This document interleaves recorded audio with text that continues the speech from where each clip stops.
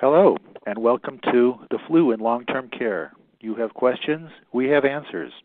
I'm John O'Connor from Ignite, and I'll be your moderator for today's presentation. From when to administer flu shots to what is the current vaccination coverage rate at my community, there are many questions facilities have regarding the flu and flu vaccinations. Omnicare's Nancy Losman, Senior Director of Quality, will walk us through the top frequently asked questions that skilled nursing facilities have during the flu season. In a few minutes, you'll be hearing from Nancy, but a couple of housekeeping matters need attention. First, the slides will not be available for download today. If you're having audio problems, please first check the volume control on your machine. If problems persist, click on the Help button at the upper right-hand corner of the player. Also note there is no call-in number. Sound comes from your device's speakers. To submit a question for discussion, click on the button and type in what you want to ask at any time, starting now. The National Continuing Education Review Service of the National Association of Long-Term Care Administrator Boards, NAB, has approved this session for 1 participant hour of credit. However, you need to stay tuned to this event for its entirety in order to receive a certificate. The CE is only available for those listening live and who are registered. A certificate cannot be created if multiple attendees listen live on one computer. A link to the certificate will be emailed to you after the live presentation. If you do not receive an email by the end of the day, please check your spam folder. Please be aware that NAB recently changed its process for obtaining CE credits. As of April 1st, that's this week, all licensed long-term care administrators seeking CEs must provide their NAB CE registry ID number in their webinar registration form. McKnights cannot verify or report attendance to the NAB CE registry without this information. To create a CE registry account and ID number, please refer to the NAB Verify user guide. For this and additional information regarding compliance with their new CE rules, please visit them at www.nabweb.org/careregistry. Care registry is one word, by the way. Finally, this session will be archived and available on demand shortly after this live broadcast. It's a real honor to introduce our main presenter, Nancy Losman. Nancy has more than 20 years in long-term care pharmacy and nursing home experience, with an emphasis on medication safety, regulatory issues, and operational performance improvement.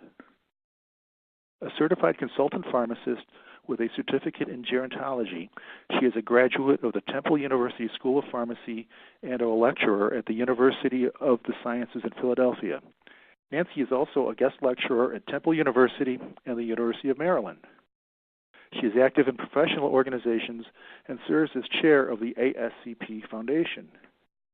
Nancy, we are thrilled you can join us today. I know you have a lot of ground to cover. Are you ready to get started? I am. Good afternoon, everyone. It's a pleasure to be with you, and good morning to those on the West Coast. Long before September even starts, healthcare providers are in the full swing of the flu season. Vaccines have already been delivered to your facility. Communication about vaccinations looks more like a marketing tool than it does an infection control program. And your billing codes are entered into your computer systems. Your consent forms are being signed. But once the flu season really starts and gets under full swing, some of the most interesting questions arise. So what we've done today is gather those real life questions that have been posed to pharmacists to help you through the next flu season as you begin your preparation. So we'll start with the first question. Can seniors receive their influenza and their pneumococcal vaccines simultaneously?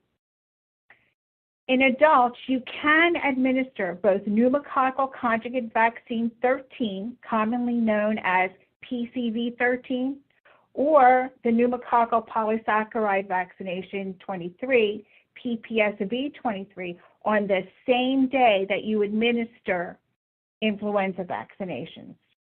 Administer each of the vaccines in a separate syringe, of course, and if feasible, at a different injection site, usually in different arms. You might remind your residents that annual influenza vaccinations are important to help prevent the flu or lower the severity of flu symptoms. And since having the flu increases the risk of getting pneumococcal disease, flu vaccine is important in preventing pneumococcal disease. They're linked together. It makes a great argument. This might be something that your education materials would be able to introduce as a concept for those who are somewhat skittish of getting an annual flu vaccine. So let's discuss, in spite of the fact that we're talking about influenza, pneumococcal vaccines momentarily, because they go hand in hand at times. Adults 65 years or older who haven't previously received PCV13 or whose previous vaccination history is unknown should get a PCV13. Administer 1 dose of a pneumococcal polysaccharide 23 at least a year after you give them the PCV13 for the most immunocompetent adults.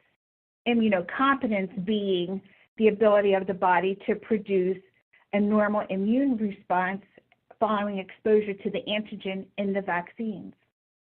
For immunocompromised patients, administer the pneumococcal polysaccharide 23 at least 8 weeks later for adults with immunocompromising conditions. Never administer pneumonia vaccines at the same time.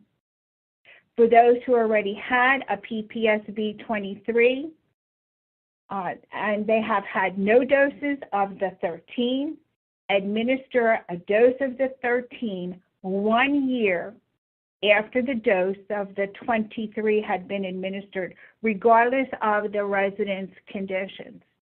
So while that's a lot to take in, remember, some of our residents had received the 23 years ago, and now the 13 is available, and they should have their vaccination as soon as possible, as long as it's within a year spacing between 23 and 13. Next question. When a new resident is admitted to the facility in the middle of flu season, should they receive an influenza vaccine? Well, according to CMS, whenever a new patient or resident is admitted to your facility after your influenza vaccination program has concluded, you should communicate the benefits of influenza vaccination to the resident and his or her representative. Additionally, you are required to provide educational materials and the time for the resident and representative to digest the content of those materials.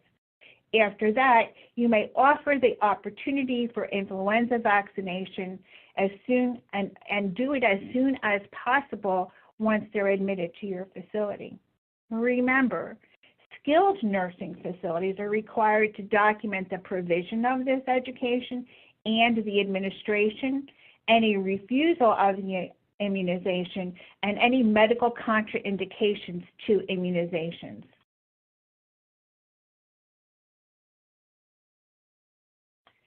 For more than 13 years, the Centers for Medicare and Medicaid Services has required nursing homes participating in Medicare and Medicaid programs to offer all residents influenza and pneumococcal vaccines and to document the results of that offering.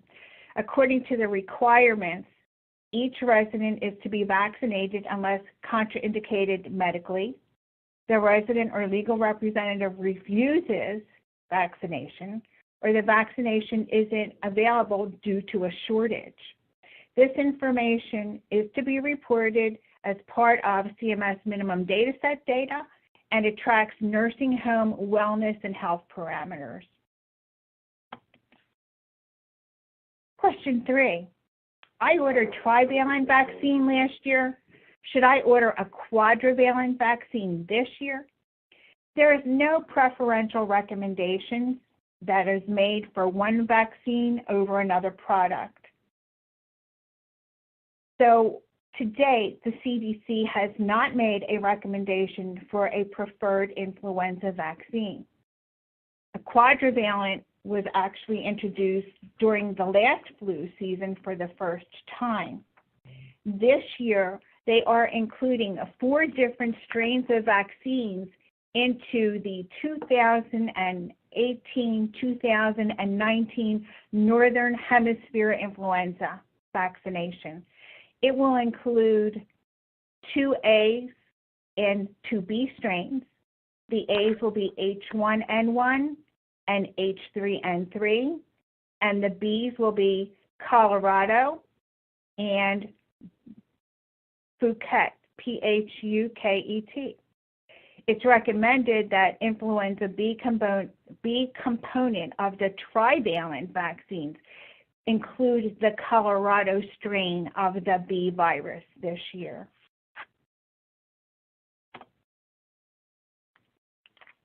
When does influenza season start and when does it end? We mostly get questions about, is influenza season over? And someone expects the CDC to send an email to officially state that the season is done. A lot of times you'll visit the CDC website frequently and you'll notice that they no longer post information or data about flu on their weekly postings in around the middle of May. Flu season can be detected all year round in the United States.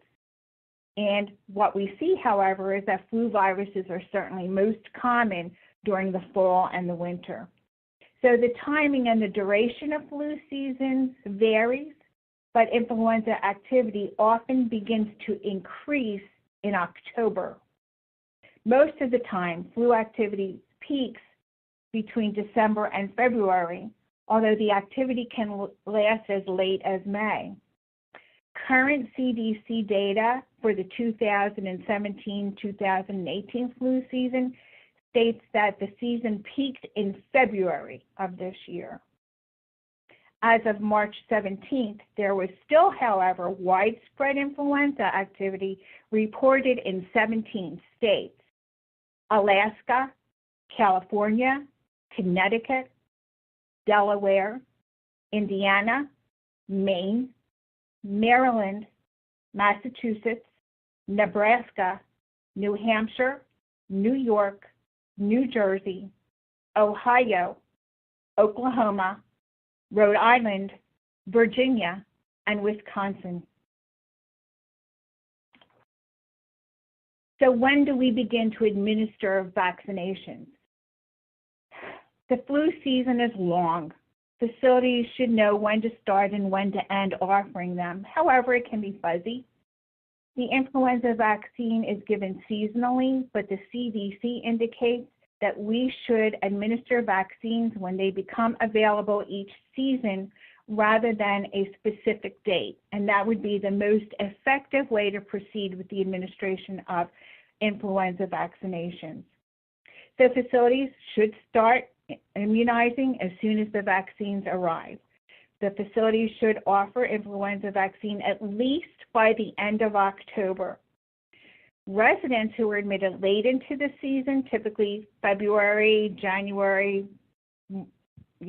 we're taking a look at offering the influenza vaccine later as outbreaks can occur. So if you do have someone who came into your building, let's say March, and they have not been immunized with influenza vaccination, you may certainly wish to offer them, just in the case where we had seasons where influenza lasts all the way to May. If a resident was admitted outside the influenza season, so let's say we're talking about June, July, August, the facility is certainly not expected to offer influenza vaccine to the resident. But it may, at its discretion, if you still have any influenza vaccinations still available. Question 5. What is the current influenza vaccination coverage rate among healthcare personnel, And how is my facility doing? So many of our facilities wish to benchmark ourselves against what the national average is.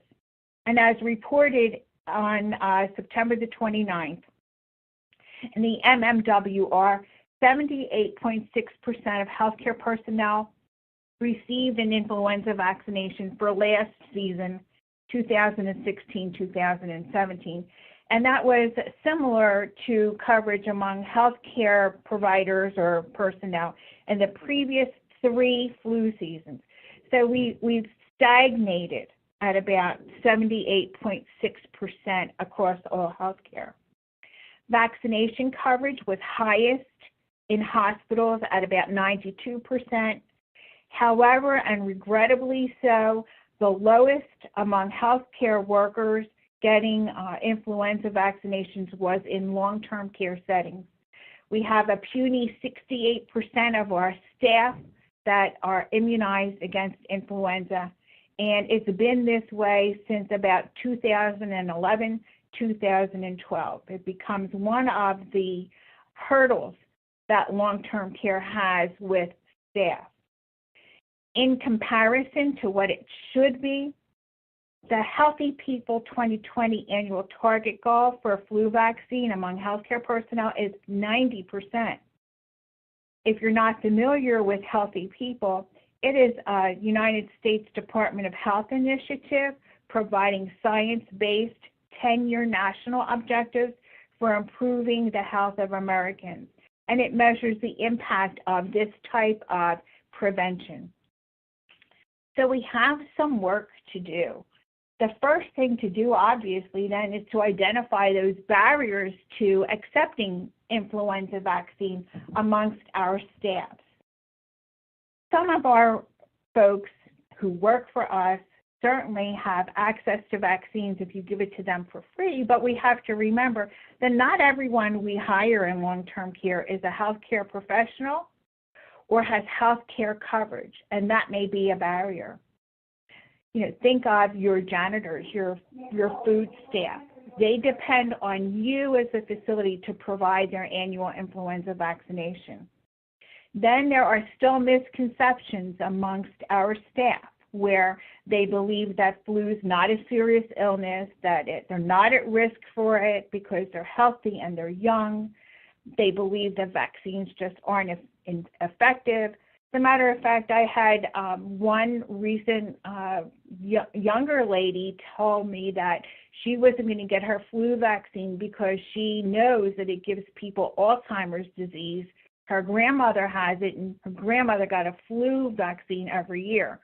So the question posed to her was, really, can you tell me if, in spite of the fact that she had Alzheimer's disease, did she ever get the flu? And quite frankly, there's still so much to demystify regarding vaccinations. We also have some belief that the flu vaccine actually can cause illness and has side effects, or we have staff that's just plain afraid of getting a needle.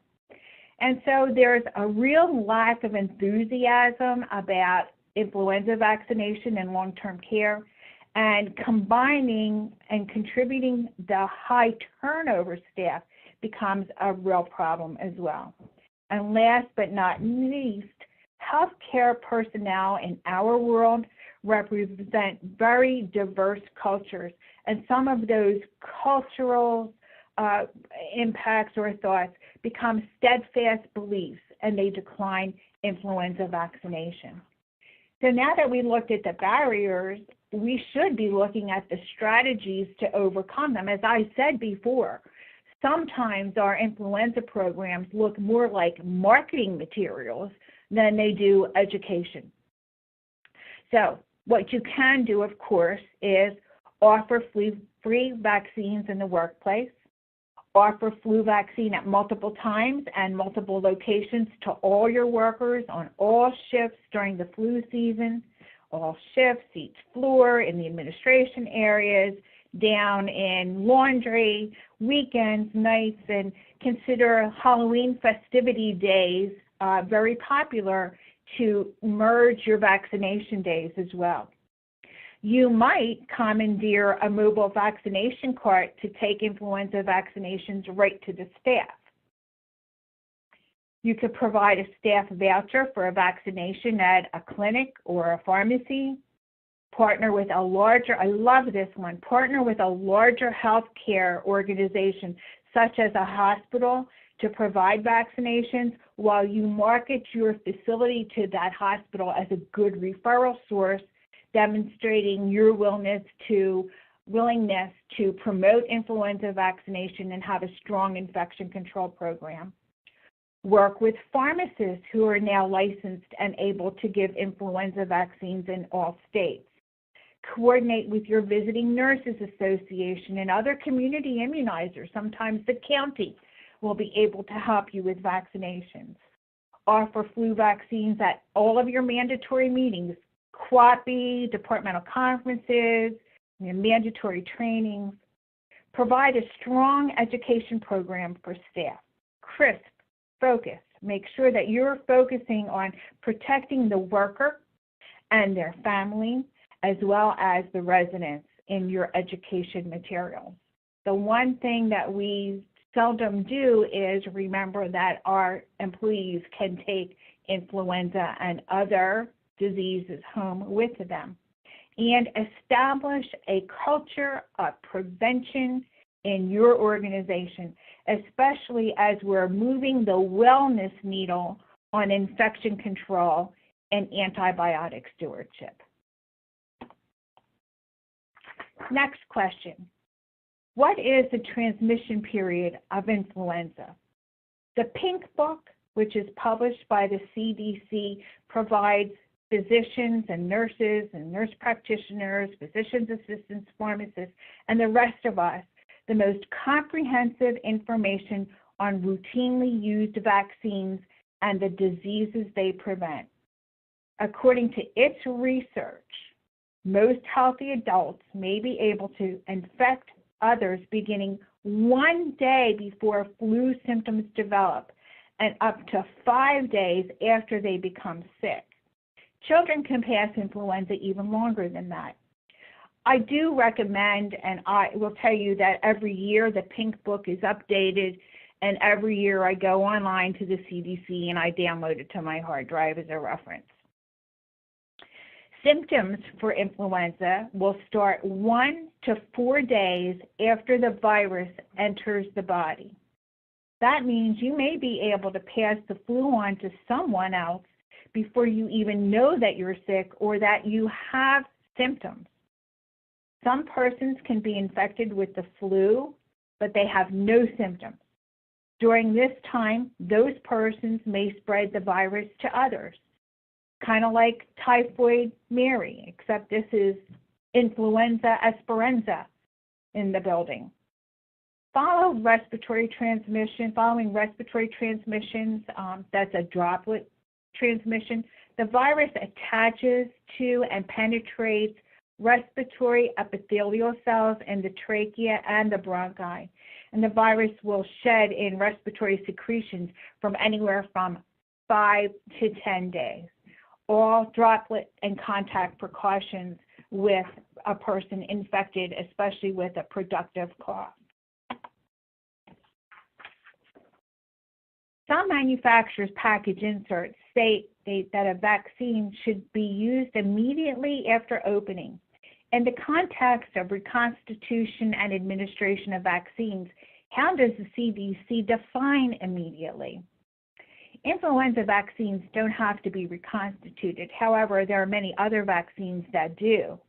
The definition of immediately will vary from manufacturer to manufacturer.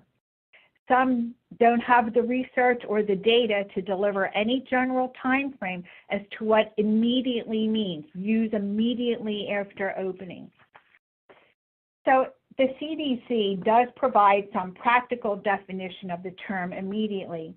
The CDC considers it to be the reasonable time it takes to prepare and transport the vaccine to the patient to which it's administered.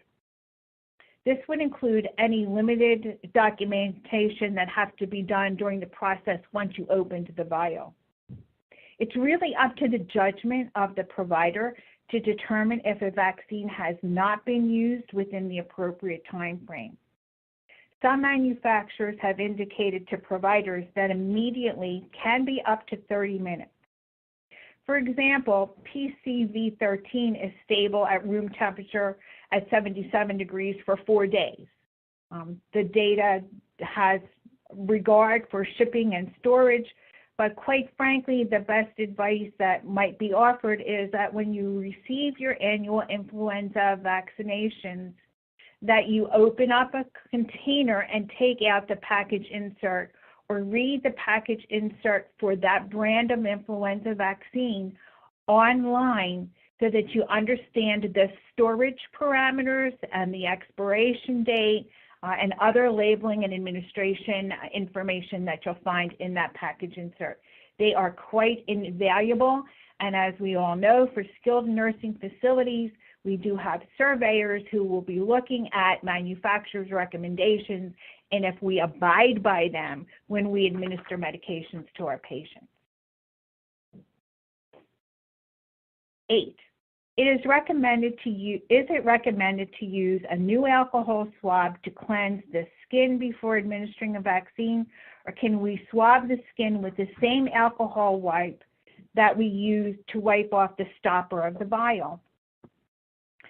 It is recommended, according to the CDC, that you should use separate alcohol wipes, one to clean the vial top and a different one to wipe the resident's skin. Probably infection 101, you would think. However, we did see this observed during a state survey, and of course, the facility was written up for a deficiency in infection control when a nurse used the same alcohol wipe for the vial and the patient. It's prudent, however, to allow the alcohol to evaporate, especially on the vial, but it's unlikely that a small amount of residual alcohol on the skin will affect the vaccine or increase any adverse reactions. Remember, administration of injections is very easy for someone to observe during state survey. Technique is where it's at. Infection control is a deficiency. 9. What should I do if a dose of expired vaccine is given to a patient? Well, we've had a couple questions regarding this. One was the vaccine was left over and found in the refrigerator from last year. Another might be that the nurse did not follow the manufacturer's expiration date for an open multi-dose vial, and the medication would expire perhaps in 28 days. When we give or administer an expired dose of influenza vaccine, the dose should be repeated. You're not going to be able to count on the viability of an expired vaccine. If the expired dose is a live virus vaccine, you should wait at least 4 weeks after the previous expired dose was given and then repeat it. If the expired dose was not a live vaccine, which is almost all of the vaccines you will be administering this coming season, the dose should be repeated as soon as possible. If a vial of flu vaccine is found in storage without a date opened and without an expiration date, and the expiration date cannot be determined, the vaccine should not be used and it should be discarded by facility staff.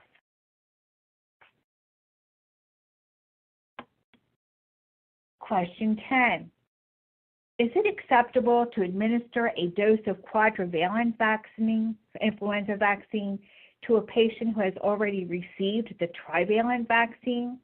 We've had several questions like this. You know, it's America, so more is better. But no, the Advisory Committee on Immunization Practices, or ACIP, does not recommend more than a single dose of influenza vaccine in a season, except for some appropriate patients where they might have need for 2 doses, like some infants that have spinal cord leaks. Question 12. If an unvaccinated patient who has just recovered from a laboratory-confirmed case of influenza comes into our facility, should we vaccinate him or her? Yes, you should vaccinate. Influenza vaccine contains 3 or 4 influenza vaccine strains, 2 A viruses, and 1 or 2 B viruses. And so it's prepared on the circulating viruses from this flu season or last flu season. Infection from one virus type doesn't give a resident immunity to the other types, the other 2 or 3 types of strain in the vaccination.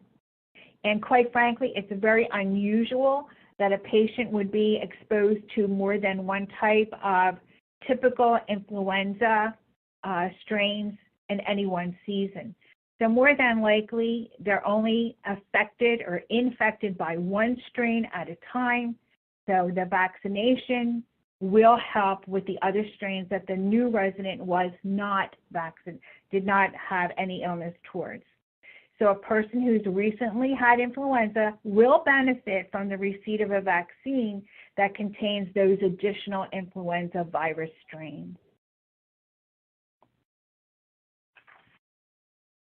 Question 12. Some residents refuse influenza vaccine because they insist they got the flu after receiving the injection in the past. What can I tell them? There are several reasons why there is this misconception of they had the flu after they got the vaccination. Quite frankly, less than 1%, a minuscule amount of people who get vaccinated with injectable vaccines develop flu-like symptoms. And as such, they might have a mild fever, muscle aches after a vaccination, but it is very, very few. The side effects are not the same as having influenza, but people confuse the symptoms, and more importantly, the residents confuse the terminology around the flu. Let's take a look at that. Someone will tell you, I have the flu. And it can be, in their mind, any illness with a fever or a cold symptoms, or even GI symptoms. How many times have you had a resident, perhaps with diarrhea or stomach pain, tell you, I think I have the flu? Meanwhile, they have a gastritis, they may have an infection, but it certainly isn't influenza. If a resident gets any viral infection, they're likely to blame it on the flu. And they think that they got the flu despite being vaccinated, and that can be true. We should remind patients at the time of vaccination that influenza vaccine only protects against certain viruses, but not all viruses, and that influenza vaccine is not 100% effective, especially in older persons, but it may reduce the severity and the length of influenza infections. Even residents who recently had the flu season can be infected with influenza shortly after. Why? It takes 1 to 2 weeks at least for the vaccination to become effective. And you can certainly catch the flu in the point of time from the vaccination until the antigens start to build up in the body. So some people who get vaccinated later in the season, December or later, can be infected with flu vaccinations shortly afterward because they're exposed to people with flu. These residents develop influenza because they were exposed to someone with the virus and they became immune to it, and it's certainly not the result of the vaccination at all. It is a difficult concept at times to assure that our residents understand this lag time between getting your shot and it's becoming efficacious in protecting you against influenza. 13. If a patient does not remember if he or she has already received the vaccine this season, should we go ahead and vaccinate? If a resident or their family or representative can't remember if the patient received flu vaccine this season and there's no record available, you should proceed to offer and administer the vaccine, even if it means giving them an extra dose. When a patient reports that they have received influenza vaccine, but they don't have any written documentation to support it, ACIP states that in this specific case of influenza and pneumonia polysaccharide, the patient's self-reporting of being vaccinated is accepted as evidence of vaccination. You may wish to document the resident's self-reported influenza vaccination status on their medical record at the time of admission. So let's turn towards the CMS guidance and some of the regulatory issues that support influenza and vaccination in the buildings. Supporting self-reporting, according to CMS, a skilled nursing facility may encounter residents who don't have adequate documentation of their vaccination. With the exception of flu and pneumonia polysaccharide 23, providers should only accept written, dated records as evidence of vaccination. So for PCV13, tetanus, diphtheria, all of the other vaccines that they've had, they must be documented and in writing. Self-reported doses of influenza and PPSV23 are the only vaccines that are acceptable to be self-reported. A resident representative can report on behalf of a resident if he or she is unable to self-report, and the representative, of course, has knowledge enough about the resident's medical condition to report that they were vaccinated. But we're reminded that some state laws might have more stringent requirements regarding flu and PBSV23 when it comes to vaccination status. So check with your local state agency. Question 14, combination question. They go hand in hand. May high-dose influenza vaccines be administered to younger patients than 65 years old? No, the high-dose flu vaccine is only approved for people 65 years old and older, and it's not approved for younger patients. Would giving an older patient 2 doses of standard influenza vaccine be the same as administering a high-dose product? No, and it's not recommended. I know that there may be residents or families who will petition the facility to, I know my mom had her vaccination in September, can you give her another one with the high dose? ACIP doesn't recommend that anyone receive more than 1 dose of influenza vaccine in a season, except for certain age-appropriate patients, and most of them are infants with some rare diseases. ACIP will make such recommendations with each new flu season, especially if it's long, if they think that revaccination will help seniors in long-term care. But it would be quite specific in its nature.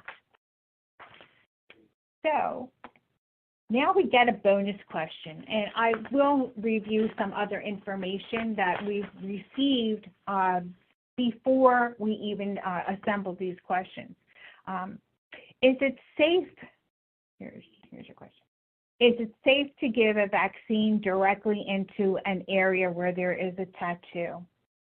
Well, according to the CDC, these days, 21% of adults in the United States have at least one piece of permanent artwork on their body.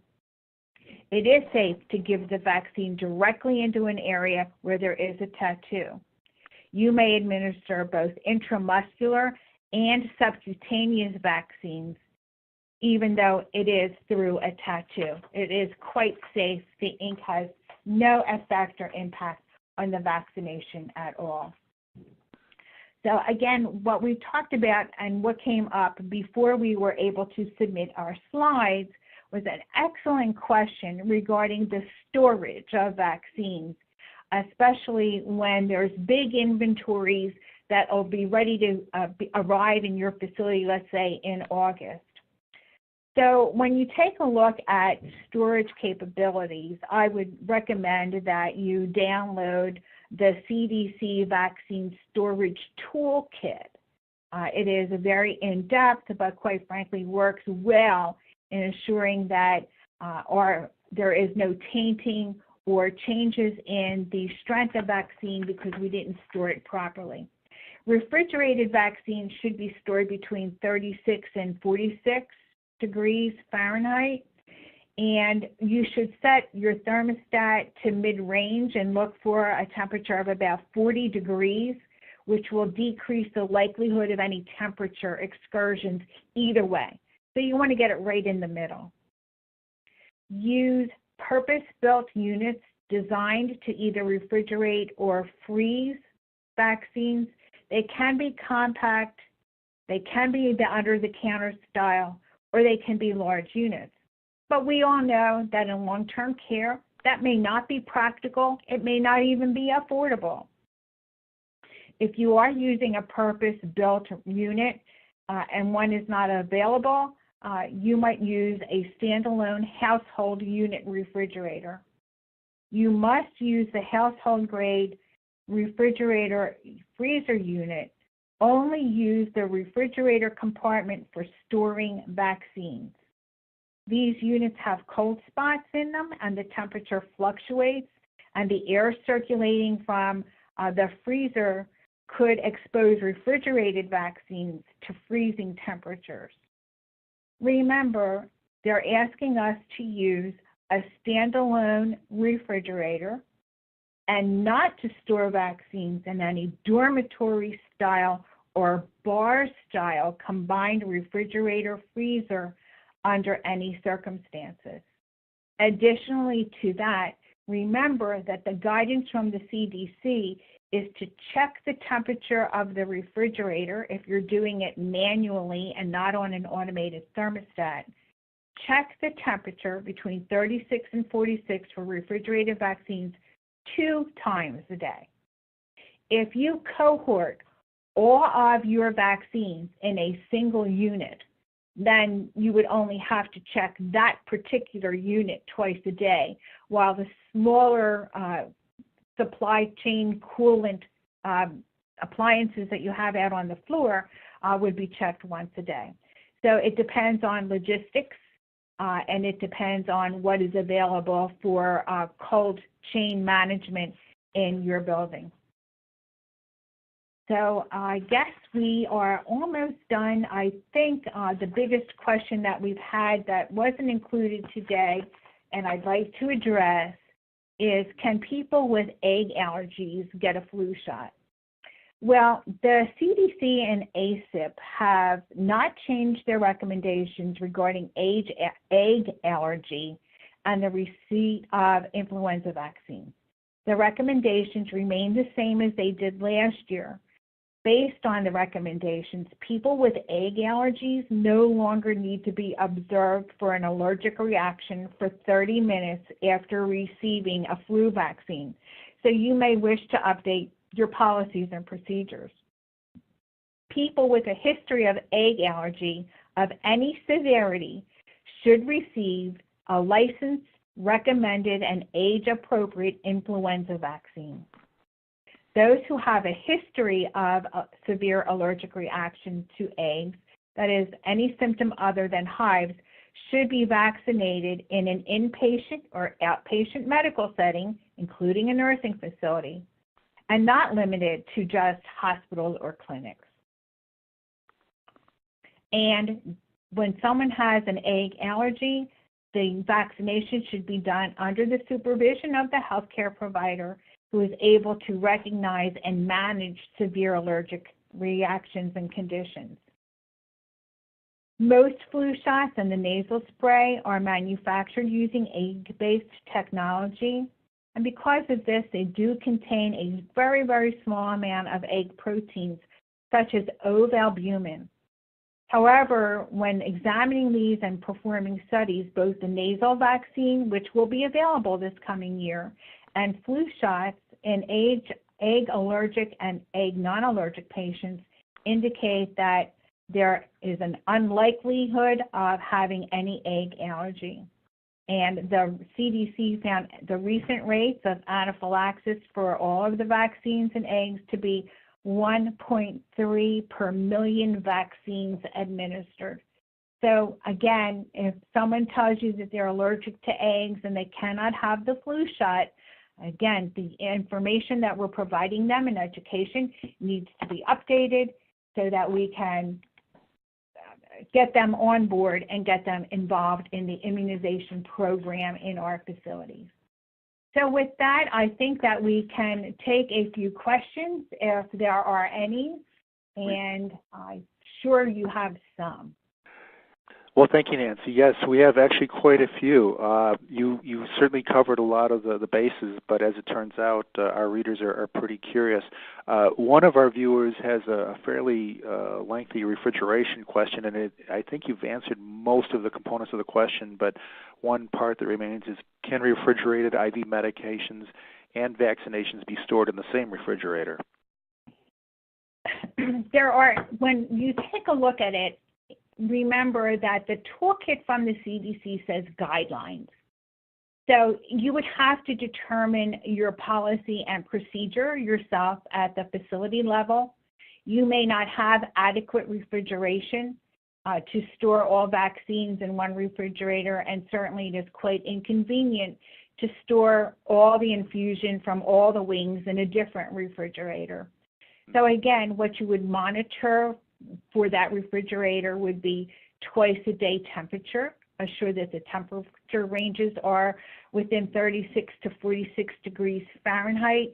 But very importantly, make sure that there's air circulation around the vaccines and even your infusion preparations. And I know that these are big bags, but when you layer them on top of one another, or you stack the vials or packages of vaccines, or you layer the pre-filled syringes, that does not permit adequate air circulation. And that is what you want to assure the integrity of the vaccines as they sit in your refrigerator.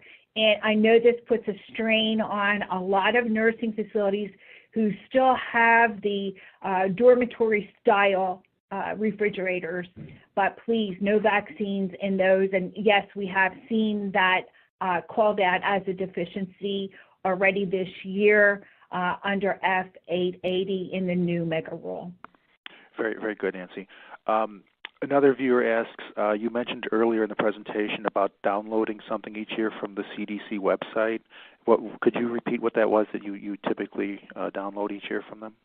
Yes, it's a pleasure. It's called the Pink Book, and it is all of the annual recommendations for vaccinations and immunization. There's a discussion about the disease, and each tab has its own, one's for diphtheria, one's for influenza, one is for pneumococcal vaccines, and I find it very useful. A lot of times people will have questions, and it's a quick reference for me. It's a PDF. You could do a word search, and since it's coming from ACIP and the CDC, it's golden to me. I find that you can base a lot of policies and procedures on that information. Sounds like a pretty useful tool. Another viewer asks if you could clarify what reconstituted means. Reconstituted would mean that you have a vaccine, not an influenza vaccine, that has a powder, and it comes with sterile water, for example, and then you would have to mix it. Those have a much shorter beyond use date than a pre-mixed vaccination would. So if you're mixing something, make sure you read that package insert to assure that it is disposed of in the correct amount of time. Very good. One of the viewers asks, I've heard that mercury is included as a preservative for vaccine that is open and then stored. Is that true? For the most part, mercury has been minimized as a bacteriostatic agent. In the house supplied section of each package insert, you will find what they use as a bacteriostatic agent, and it will list mercury. Mercury in that proportion may not be injurious to a person, but remember that if you're in a state that abides strictly by EPA law, mercury would have to be incinerated instead of thrown into the trash. Very good. Another viewer asks, can patients be given 2 or more rounds of prophylactic treatments such as Tamiflu for the flu during an outbreak at different intervals in long-term care? You know, that's a great question, and while it would really depend on the circumstances and the physician evaluation, remember that the antiviral medications are used to treat and to prevent influenza, and according to the CDC, there are special guidelines for this. For unvaccinated healthcare personnel, antivirals should be offered. For newly vaccinated people, the antivirals should be offered. For antiviral chemoprophylaxis, it can be offered up to 2 weeks until the vaccination becomes vibrant in the resident's bloodstream.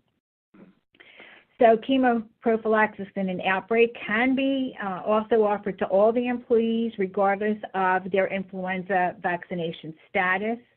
If the outbreak is caused by a strain of influenza vaccine that's not well matched to the vaccine, you might want to use Tamiflu.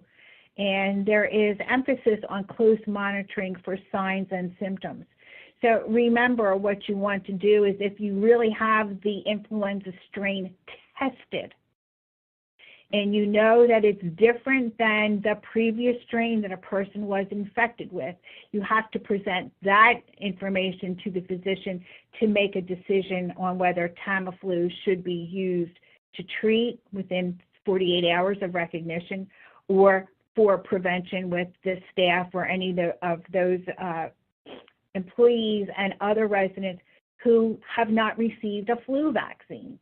And that's the problem. So it is possible that you might do a second round of Tamiflu, but you need to do your homework and make sure that it's either the same or different, and allow your medical director to make that decision. Mm-hmm. Very good. Another viewer asks, we had a new employee that had a flu shot at another facility prior to being hired here. The facility would not provide a copy to us. Is it okay for that employee to be vaccinated again? It is, if you remember, should not be. We can take verbal history for influenza vaccination and for pneumovax, 23 vaccinations. The rest have to be documented. It is unfortunate that that type of information isn't available. It's also unfortunate that the healthcare professional doesn't have a record of it. You know, they get usually some paperwork with that. And so what you want to do is during flu vaccine, remind your staff to keep the paperwork that you gave them, because it's got the flu vaccine lot number, the date it was administered, and this becomes very important to assure that if they're leaving you and moving on to the next building, they have that information. I would trust the word of the healthcare professional who said they were already vaccinated, and that is supported not only by the CDC, but in the state operations manual. Very good.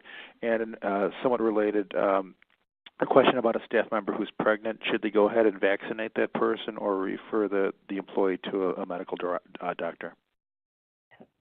Pregnant women should be vaccinated with influenza.